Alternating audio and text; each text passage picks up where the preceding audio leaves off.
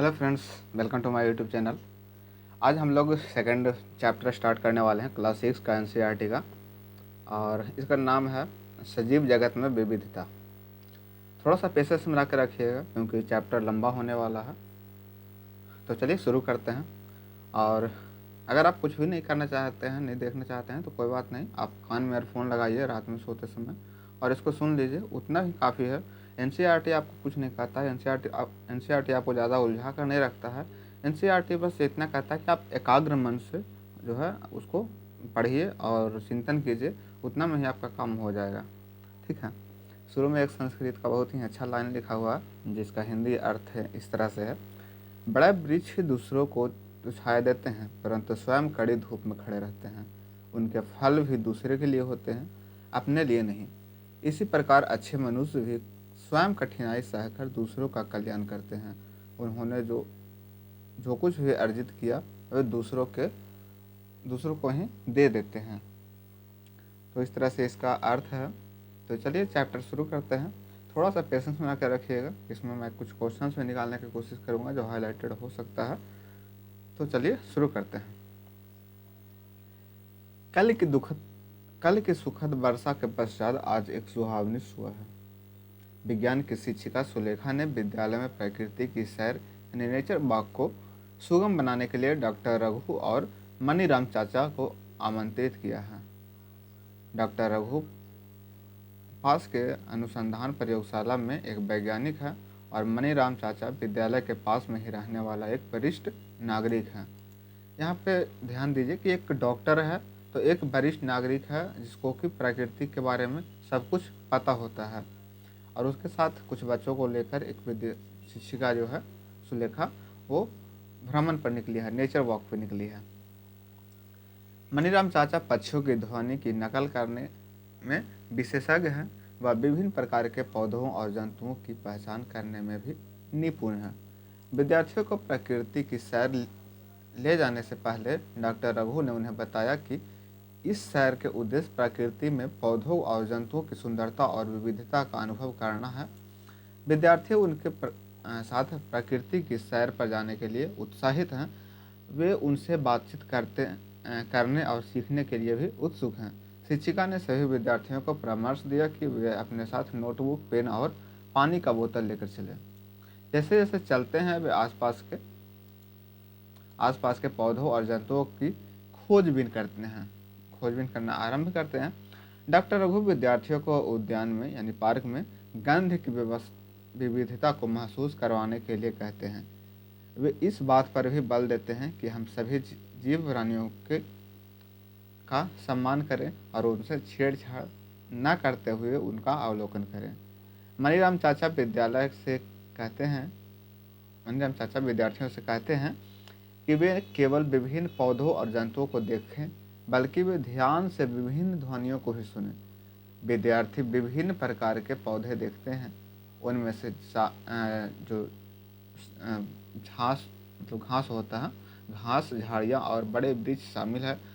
वे वृक्षों की शाखाओं पर बैठे विभिन्न प्रकार के पक्षियाँ, एक फूल से दूसरे फूल पर मंडराती तितलियाँ और एक वृक्ष से दूसरे वृक्ष पर कूदते बंदरों का भी अवलोकन करते हैं।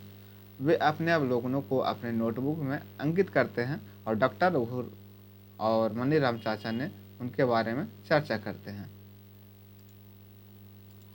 विद्यार्थी विभिन्न प्रकार के पक्षियों का कलरव यानी कि चहचहाना जिसको बोलते हैं, इसको देखिए एनसीईआरटी में ना इसको बहुत ही मतलब कि याद रखने वाला चीज़ है। ये एनसीईआरटी में कलरव लिखा है। अभी आपका पूछ सकता है कि कलरव क्या होता है, तो इसको चहचहाना जो है ध्यान में रखना पड़ेगा।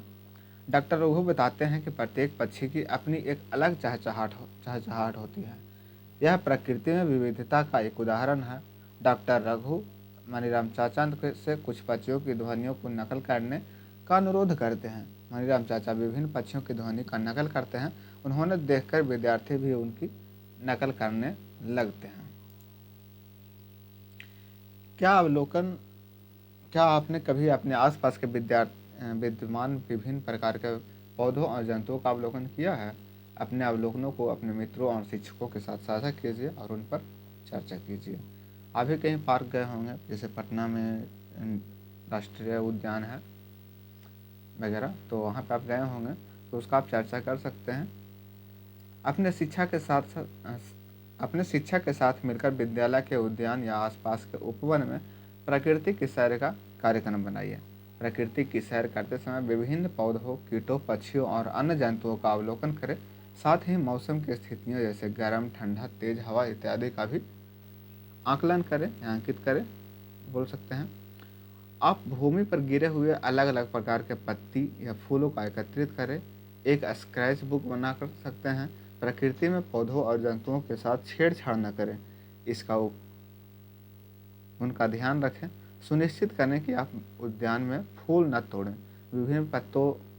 विभिन्न पौधों में तने, पत्तियां और फूलों और किसी भी अन्य रोचक जानकारी के बारे में किए गए अवलोकनों को तालिका 2.1 में दिए गए रिक्त स्थानों को अंकित करें।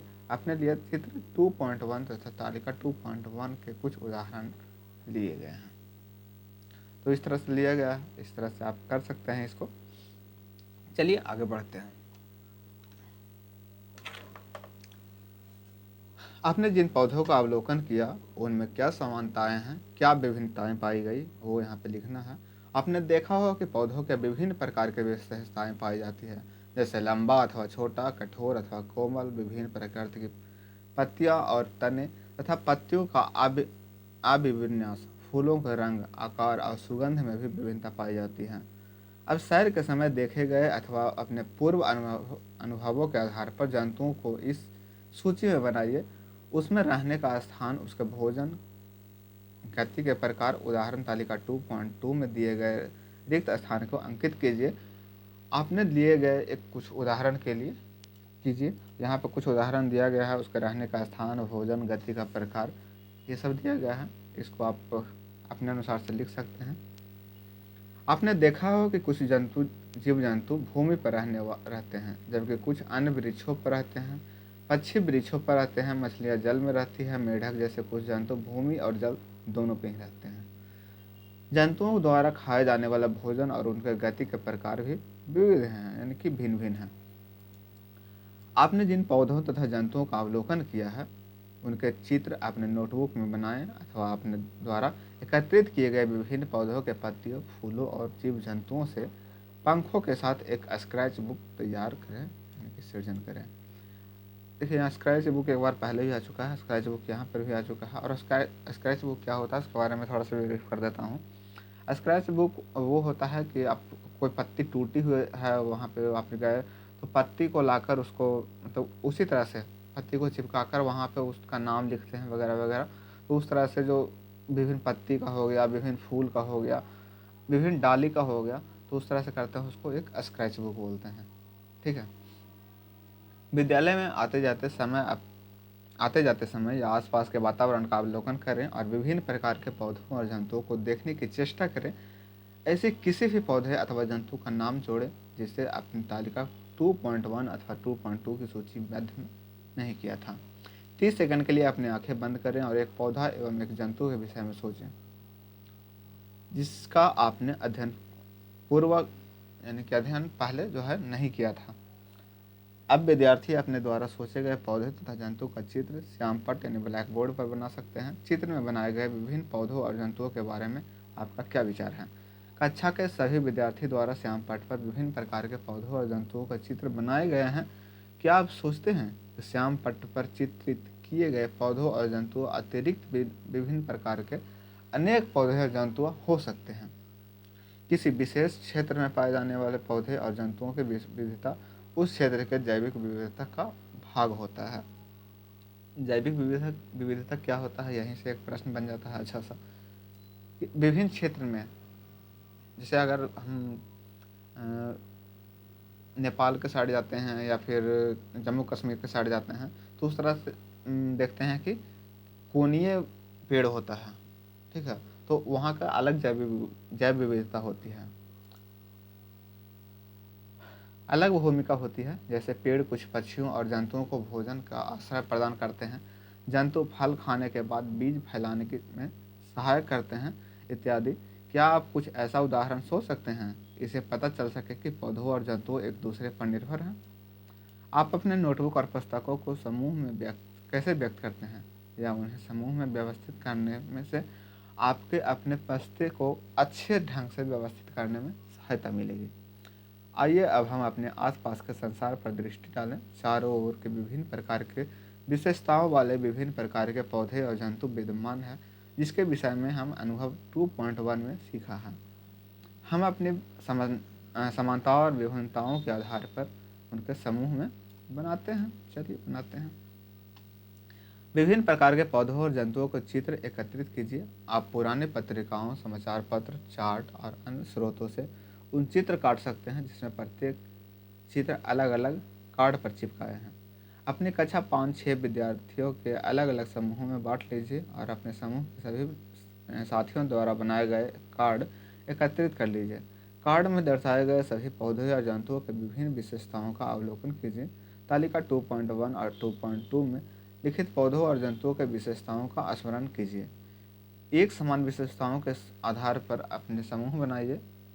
आपके द्वारा बनाए गए पौधों और जंतुओं के समूह के आधार को कक्षा के अन्य समूहों के साथ साझा करें और उन पर चर्चा करें। आप यह देखकर आश्चर्यचकित होंगे कि विभिन्न समूहों द्वारा उपयोग किए गए आधार भिन्न हो सकते हैं। आपको क्या लगता है, इसके पीछे क्या कारण है? हो सकता है कि विभिन्न विद्यार्थियों के समूह बनाने के लिए भिन्न सामान्य विशेषताओं का चुनाव किया हो। उदाहरण के लिए कुछ विद्यार्थियों ने पौधे का ऊंचाई का समूह बनाने के आधार पर चुना हो सकता है, जबकि हो सकता है कि अन्य पौधे के समूह बनाने के लिए फूलों की उपस्थिति अथवा अनुपस्थिति के आधार पर बनाया हो। यहाँ पे देख सकते हैं फूलों की उपस्थिति या अनुपस्थिति, कठोर या कोमलता, खान पान का स्वभाव और रहने का स्थान, ये सब वगैरह अलग अलग विभिन्नता हो सकती है। संभवतः आपने जंतुओं के विविध विशेषताओं के आधार पर उनके समूह बनाए होंगे, जैसे वे क्या खाते हैं, वे कहाँ रहते हैं, वे किस रंग के होते हैं और वो कैसे चलते हैं। समूह बनाने का क्या महत्व है? समूह बनाने से पौधों और जंतुओं को उनके समानताओं और विभिन्नताओं के आधार पर समझना और अध्ययन करना सरल हो जाता है। आप समूह बनाने के महत्व के विषय में अध्ययन हमारे आसपास के सामग्री और अधिक जानेंगे।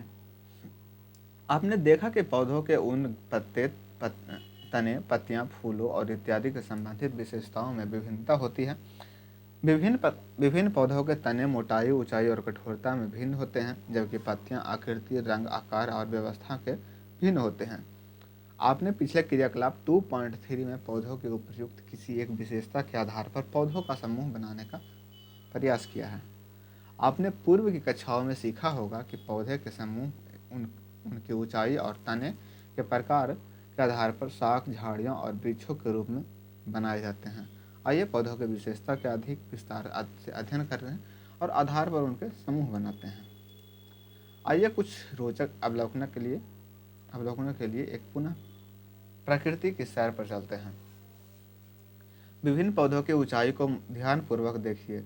क्या ये सभी पौधे आपसे छोटे हैं या आपके बराबर या ऊंचाई के हैं या आपसे बहुत ऊंचे हैं?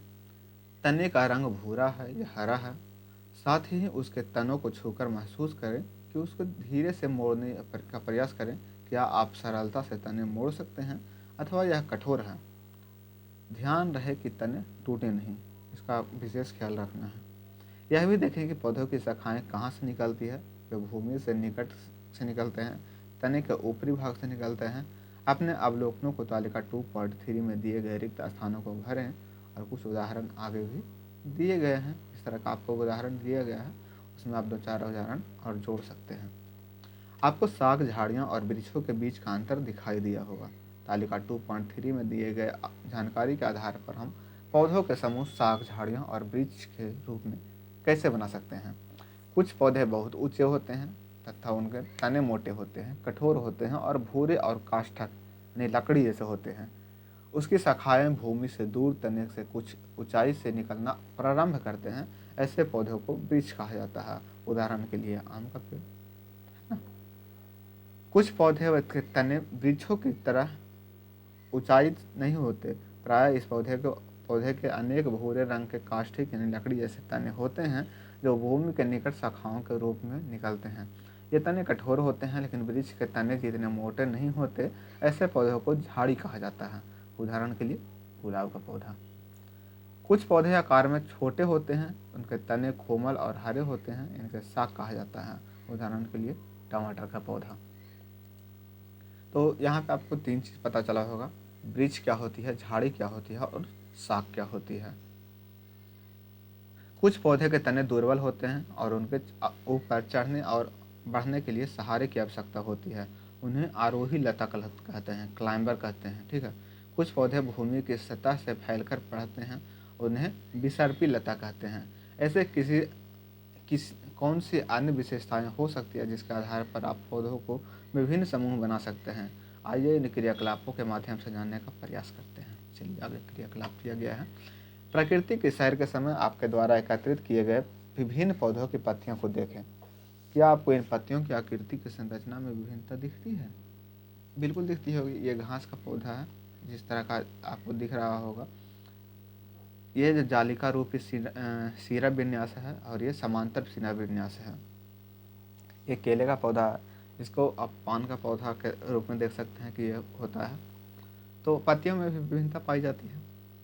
अब पौधों की पत्तियों का पतली रेखाएं 2.4 देख सकते हैं। इन पतली रेखाओं को सिराएं कहते हैं। सिराएं द्वारा दर्शाए गए पैटर्न को सिरा विन्यास कहा जाता है। अन्य चित्र 2.4 और 2.4 खा में दिखाई गई पत्तियों के सिरा विन्यास के अंतर दिखाई देता है। आप कुछ पत्तियों के मोटे मध्य सिरों के दोनों ओर सिराओं का एक जाल जैसा पैटर्न देख सकते हैं। इन्हें जालिका रूपी सिरा विन्यास कहते हैं। उदाहरण के लिए कुल्हड़ की पत्तियां। इन सिरा विन्यास पैटर्न को प्रकृति प्रदर्शित करती है। आप देख सकते हैं कि कुछ पत्तियों के सिराएं समांतर चलती है। इस पैटर्न को समांतर सिरा विन्यास कहा जाता है। उदाहरण के लिए केले और घास की पत्तियां समांतर सिरा विन्यास होती है को प्रदर्शित करती हैं। क्या आपको लगता है कि पत्तियों में पाए जाने वाले सिरा विन्यास के आधार पर पत्तियों के समूह बनाए जा सकते हैं? बिल्कुल बना सकते हैं। आइए अब पौधों के जड़ों के बारे में जानने का प्रयास करते हैं। क्या आप सभी पौधों के जड़ें होते हैं? क्या ये जड़ें एक जैसी होती है? नहीं, बिल्कुल नहीं होती है। चलिए आगे देखते हैं। आप किसी ऐसे खुले मैदान में जाइए जहां जंगल, शाक और घास उग रहे हैं। इस अभ्यास के लिए आप छोटे शाकों को उपयोग कर सकते हैं। खुरपी की सहायता से जड़ों की हानि पहुंचाए बिना कुछ विभिन्न प्रकार के शाकों को सावधानीपूर्वक खोदकर बाहर निकालें। शाकों को निकालने से पहले आप मिट्टी को गीला करके ढीला कर लें ताकि वो आसानी से निकल जाए। क्योंकि अगर मिट्टी सूखा रहेगा और उसको आप कबाड़ेंगे तो हो सकता है आपकी जड़ वहाँ पे नीचे ही रह जाए। ठीक है। जड़ों को पानी से धोएं और उसका अवलोकन करें। अवलोकनों के पश्चात शाक को दोबारा लगाकर सुनिश्चित करें कि शाक लगातार जीवित रहे और वृद्धि करें। आपके द्वारा एकत्रित किए गए पौधों की जड़ों में एक सामान्यताएं क्या विभिन्नताएं हैं? समानताएं विभिन्नताएं दोनों हो सकती हैं। चित्र 2.5 और का 2.5 खा में प्रदर्शित पौधों की जड़ों में आप क्या विभिन्नता देखते हैं? चित्र 2.5 का में सरसों के पौधों की जड़ों का ध्यानपूर्वक अवलोकन करें। इस पौधों की जड़ के मुख्य जड़ होते हैं, जिससे छोटी छोटी पसर्म जड़ें निकलती हैं। ऐसे जड़ों को मूसला जड़ कहते हैं। मूसला जड़ वाले एक अन्य पौधे का उदाहरण गुलहड़ है, जिसके आपने क्रियाकलाप 2.1 में देखा होगा। तालिका 2.1 में अंकित किया गया है। 2.5 खा में दिखाया गया है। एक सामान्य घास का पौधा। इस पौधे में जड़ें सामान्य माप की पतली जड़ों को गुच्छे के रूप में दिखाई देता है, जो तने के आधार से निकलती है।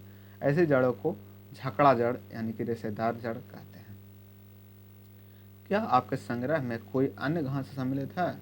यहाँ तो उसके जड़ किस प्रकार की होती है? क्या किसी पौधे की पत्तियों के सिरा विन्यास के प्रकार और उसके जड़ के प्रकार बीच कोई संबंध होते हैं? चलिए पता करते हैं। क्रियाकलाप 2.7 है।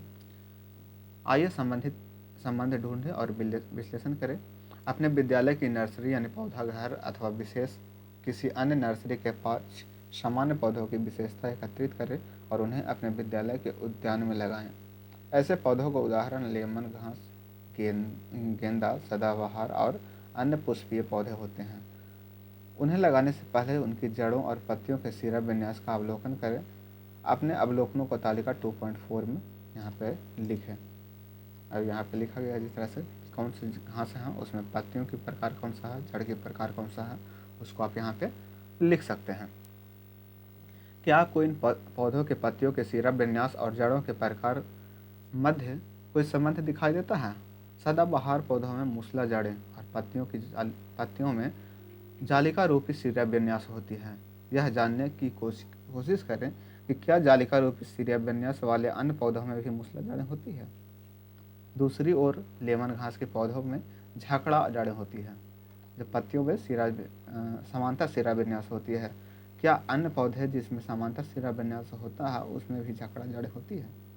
सामान्यतः जिन पौधों में जालिका रूपी सिरा विन्यास है उनमें मूसला जड़ें होती है, जबकि जिनमें समांतर सिरा विन्यास है उसमें झाकड़ा जड़ें होती है। और इसको आप याद रख सकते हैं, ठीक है। जिन पौधों में जालिका रूपी सिरा विन्यास होती हैं उसमें मूसला जड़ें होती है, जबकि जिनमें समांतर सिरा विन्यास होती है उसमें झाकड़ा जड़ होती है। चने का पौधा मूसला जड़ और पत्तियों की जालिका रूपी सिरा विन्यास का एक उदाहरण है। गेहूं का पौधा झाकड़ा जड़ है और पत्तियों में सिरा विन्यास का एक उदाहरण है। क्या आप किसी पौधों के बीज, जड़ के प्रकार और पत्तियों के सिरा विन्यास का परस्पर संबंध है? क्या सभी बीज एक जैसे होते हैं? नहीं, बिल्कुल नहीं होते हैं। चने और मक्का के कुछ बीजों को 2 या 3 दिन के लिए पानी में भिगोएं। चने के बीज का आवरण हटाकर बीजों को संरचना को देखें। अब चने और मक्का की दोनों ही संरचना अवलोकन करें। क्या वे समान और विभिन्न हैं? बिल्कुल भिन्न है। चना का जो है वो दो बीजपत्री है और मक्का जो है एक बीजपत्री है, जो कि आगे यहाँ पे आपका दिया गया है, ठीक है। आप पौधों में पत्तियों के सिरा विन्यास, जड़ों के प्रकार एवं बीजों के बीजपत्री की संख्या के आधार परस्पर क्या संबंध देखते हैं? द्विबीजपत्री पौधों में जालिका रूपी सिरा विन्यास और मूसला जड़ें होती हैं, जबकि एक बीजपत्री पौधों में समांतर सिरा विन्यास और झखड़ा जड़ें होती हैं। अब यहाँ पे आपका तीनों में ही संबंध पूरी तरह से क्लियर हो गया है। चलिए एक बार और देख लेते हैं। अब पौधों में पत्ती के सिरा विन्यास, जड़ों के प्रकार को विभिन्न संख्या में परस्पर क्या संबंध देखते हैं? द्विबीजपत्री पौधों में जालिका रूपी सिरा विन्यास और मूसला जड़ें होती है, जबकि एक बीजपत्री पौधों में समांतर सिरा विन्यास और झखड़ा जड़ें होती हैं, ठीक है। आपने पौधों के समूह बनाने के लिए उपयोग किए जाने वाले कुछ विशेषताओं को विषय में पढ़ा है। आइए अब जंतुओं के समूह के बारे में देखते हैं। चलिए जंतु के बारे में पढ़ते हैं। पौधों की भांति जंतु भी एक दूसरे से बहुत भिन्न होते हैं। क्या आपने कभी सोचा है कि हम इतने विभिन्न प्रकार के जंतुओं के समूह कैसे बना सकते हैं? सॉरी, थोड़ा सा पानी पी लेता हूँ।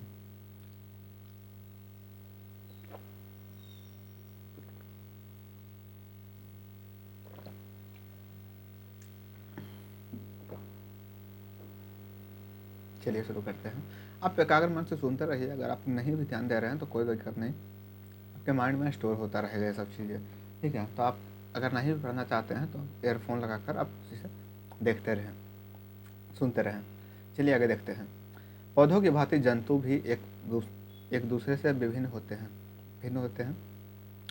क्या आपने कभी सोचा है कि इस विविध प्रकार के जंतुओं के समूह कैसे बनते हैं? आप ऐसे किसी भी विशेषता के बारे में सोच सकते हैं जिसका उपयोग इसका समूह बनाने के लिए किया जाता है। आपने पहले ही क्रियाकलाप 2.3 में जंतुओं के समूह बनाने के लिए कुछ आधार निर्माण किए हैं। आइए इनमें से कुछ पर विस्तार से चर्चा करें। आपने क्रियाकलाप 2.2 में कुछ जंतुओं की गति को अंकित किया है। आपने संभवतः यह भी देखा होगा कि अन्य जंतु किस प्रकार से स्थान के दूसरे स्थान पर गति करते हैं। आइए जंतुओं के विभिन्न प्रकार की गतियों को जानने का प्रयास करें। चित्र 2.7 में अनेक जीव जंतुओं को दिखाई गया है। आप इस क्षेत्र में स्वयं द्वारा देखे गए अन्य जंतुओं को भी इसमें जोड़कर विभिन्न प्रकार के जीव जंतुओं का एक पोस्टर बना सकते हैं। चित्र 2.7 में देखकर यह बताने का प्रयास करें कि किन जंतुओं द्वारा गति के लिए शरीर के किस अंग का उपयोग किया जाता है।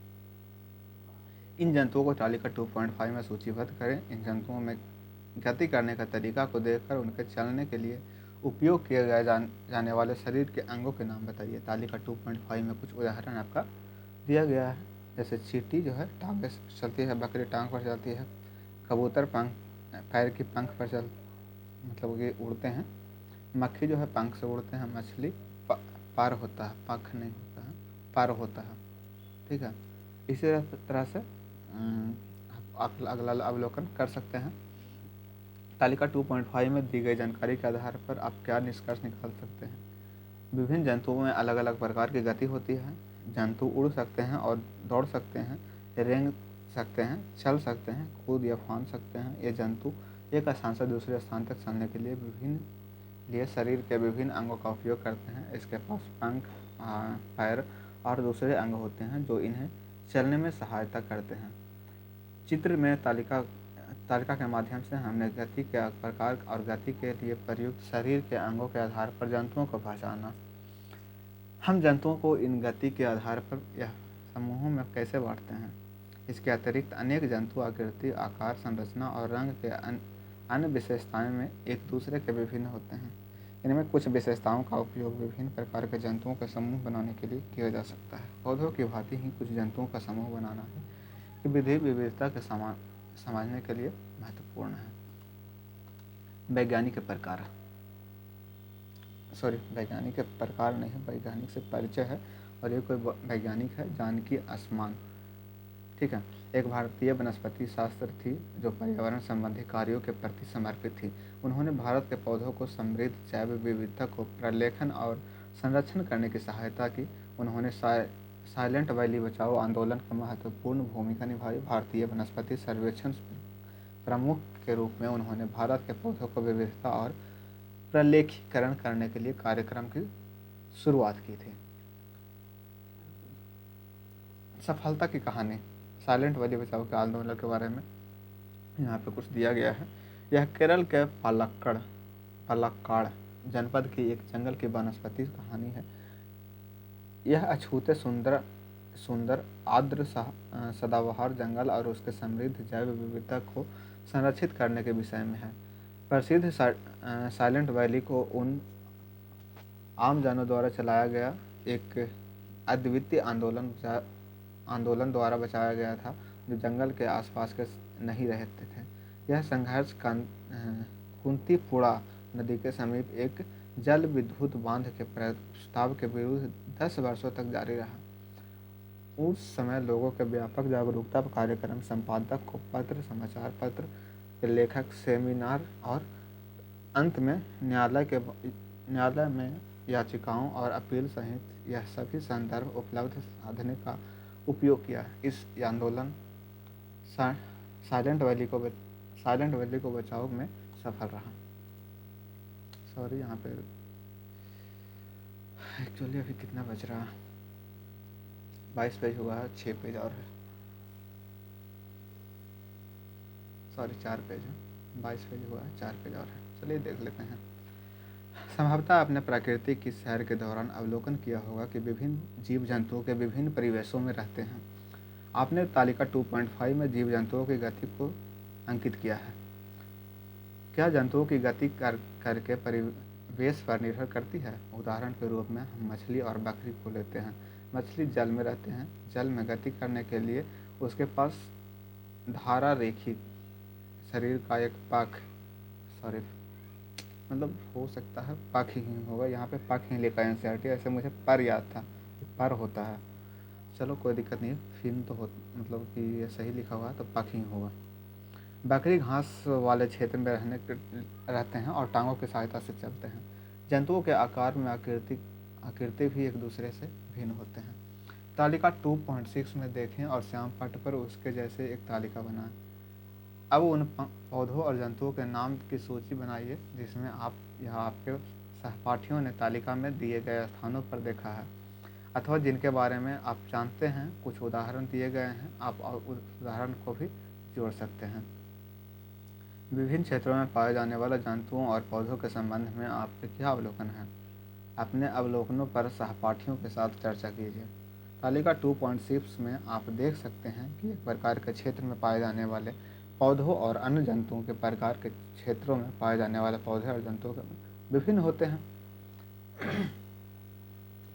कक्षा में चर्चा के दौरान एलेक्स को याद आया कि उसके राजस्थान के मराठवाड़ी में मोटे और मांसल तने और नागफली जैसे पौधों को देखा था।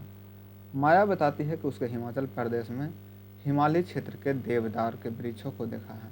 साथ ही उसके यह भी पाया कि वृक्ष शंक्वाकार होते हैं और इसकी शाखाएं लचीली और झुकी हुई होती है।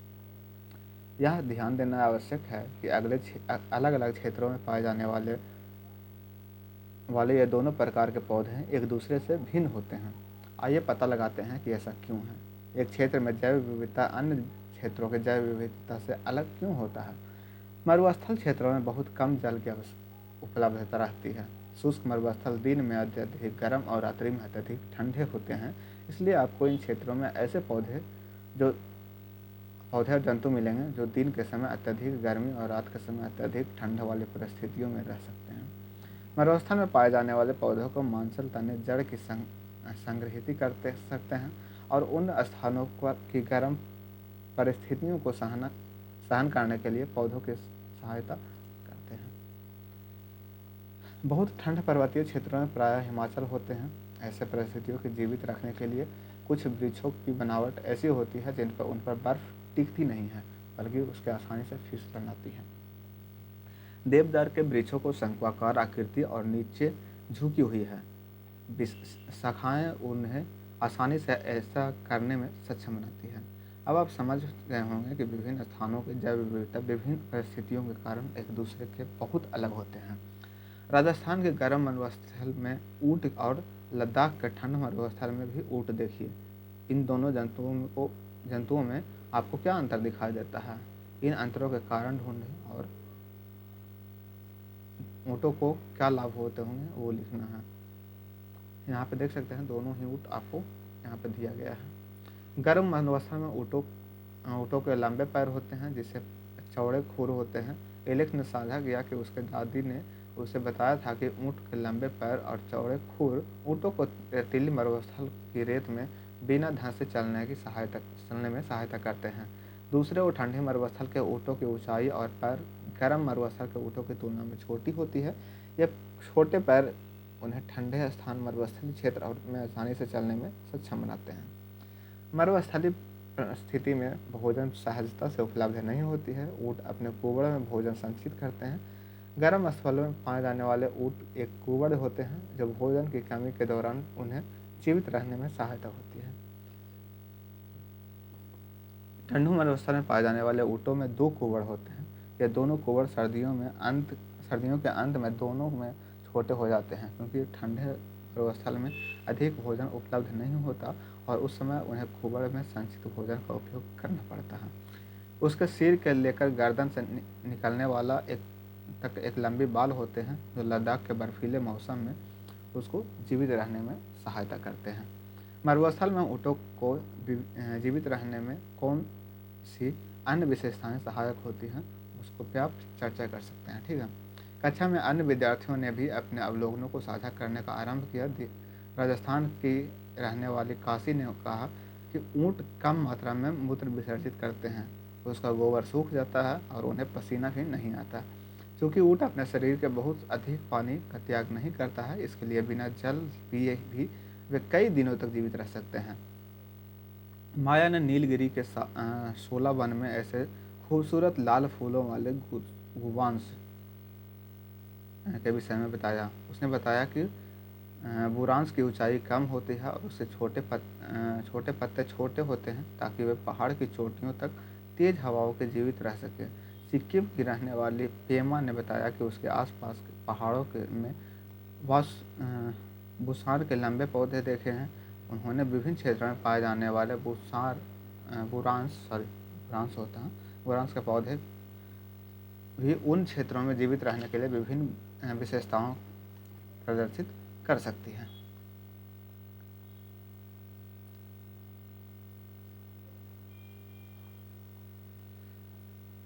सागर अपने सहपाठियों को बताता है कि वह एक विशेष समारोह के लिए उनके माता पिता के साथ अंडमान और निकोबार द्वीप समूह गया था।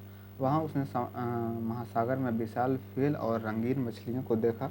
उसके पिता ने उन्हें समझाया कि वे मछलियाँ धारा रेखित शरीर उन्हें जल में तैरने में सहायता करती है।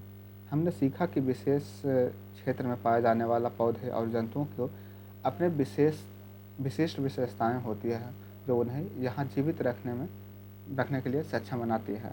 ये विशिष्ट विशेषताएं जो पौधे और जंतुओं को किसी विशेष क्षेत्र में जीवित रखने में सक्षम बनाती हैं उन्हें अनुकूलन कहा जाता है। अनुकूलन क्या कहा जाता है, एक बार फिर से ध्यान से देख लीजिए। पौधों और जंतुओं की अपनी विशिष्ट विशेषताएं होती है जो उन्हें वहाँ जीवित रहने के लिए सक्षम बनाते हैं। ये विशिष्ट विशेषताएं जो पौधों और जंतुओं को किसी विशेष क्षेत्र में जीवित रहने में सक्षम बनाते हैं उन्हें अनुकूलन कहा जाता है।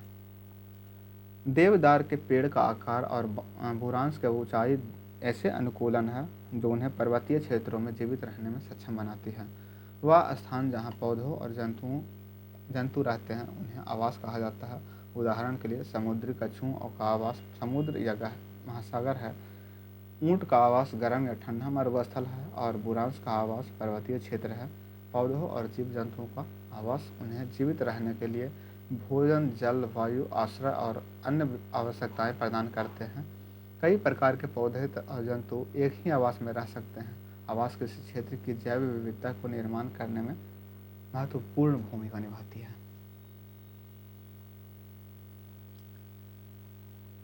यहाँ पे कुछ वैज्ञानिक का परिचय है, इसको आप पढ़ सकते हैं। यहाँ पे स्क्रीनशॉट या पॉज करके स्क्रीनशॉट ले लीजिए। गर्मी आज बहुत है और मेरा फ़ैन चल नहीं रहा है क्योंकि आवाज़ आपको आएगी।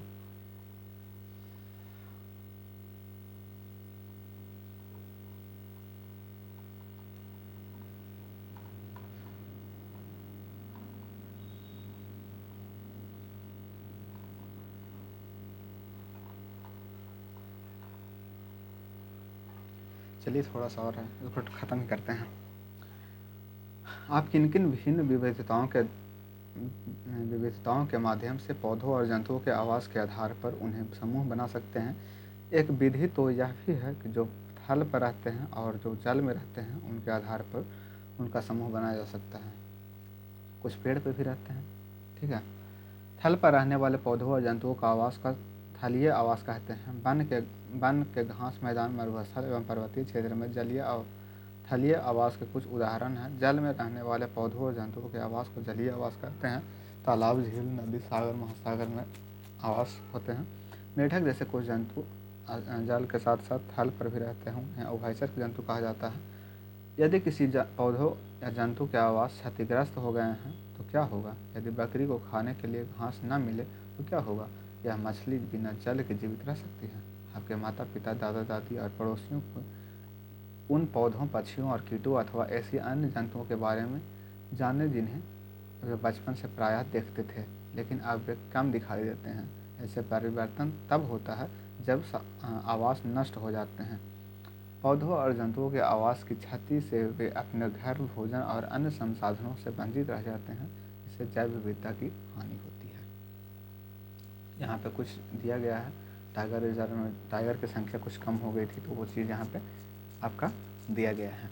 हमें अपने ग्रह को जीवन से परिपूर्ण बनाए रखने के लिए जैव विविधता की रक्षा करने की आवश्यकता होती है ताकि पौधों एवं जंतु बचाए जा सकें, फसलें और फलते फूलते रहें।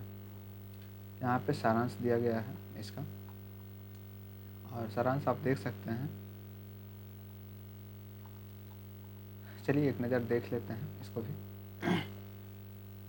सारांश वही है जो आपने ऊपर पढ़ा है, उसी का एक निचोड़ है। जहाँ पे हम विविध प्रकार के पौधों और जंतुओं के से घिरे हुए हैं। पौधों और जंतुओं की ऐसे विविधता को जैव विविधता का एक भाग कहा जाता है। पौधों और जंतुओं के समूह उसके बीच समानता और विभिन्नता के आधार पर बनाए जा सकते हैं।